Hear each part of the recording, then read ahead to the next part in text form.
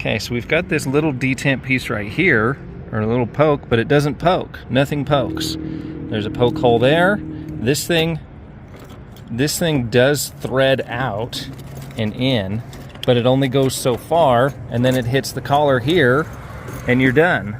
So the only thing that looks anything remotely like a release or a catch is that little piece right there.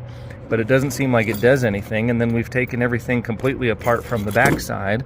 We've got this little gear thing here, but none of that is releasing anything. And we've turned and twisted and pulled the key in, out, held pressure on here, rotated every which way, rotated this every which way while holding pressure on here, and nothing releases. All while having outward pressure, inward pressure, every which way you can. Here you can see that we started to disassemble the lock from the backside to see if there was any kind of release or screw or pin or any kind of square spindle or anything that would release the lock. We came to a complete dead stop. There's just this little gear piece that runs a tail piece on the inside, and that's it.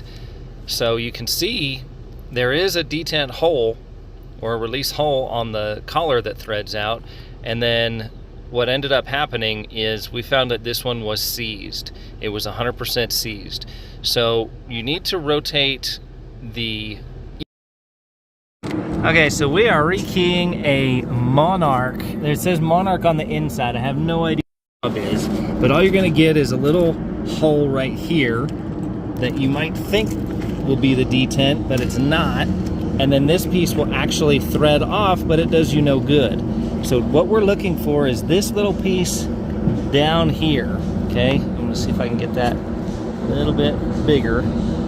And that little piece down here actually is, think of it like a castle nut, and you're gonna have to chisel that little piece around till it comes up to the 3 o'clock position here, and then there's a hidden little detent inside here. Go ahead.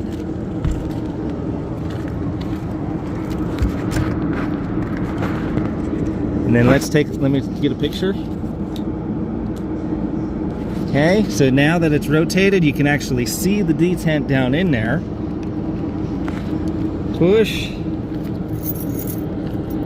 You're gonna have to have the key inserted. You will need a working key, or you'll need to have the lock picked. Lock key inserted at the 90-degree position, and voila, beautiful.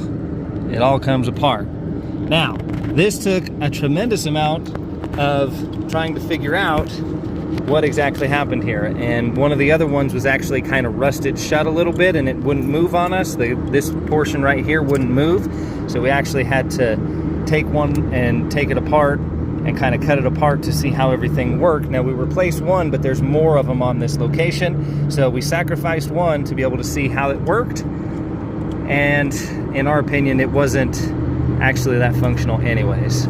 So now that we've got this off of here, you can pull the cylinder out and you can rekey. To reinstall it, all we do is reverse the process backwards.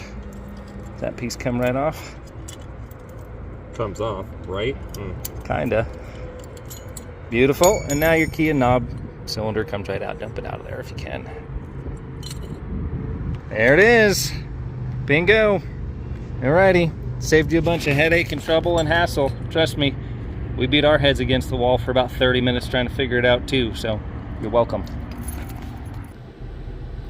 And here we just show that the catch, release, or detent is at the 3 o'clock position, and once the inner portion has been rotated around, you can access it and remove the knob to access the cylinder.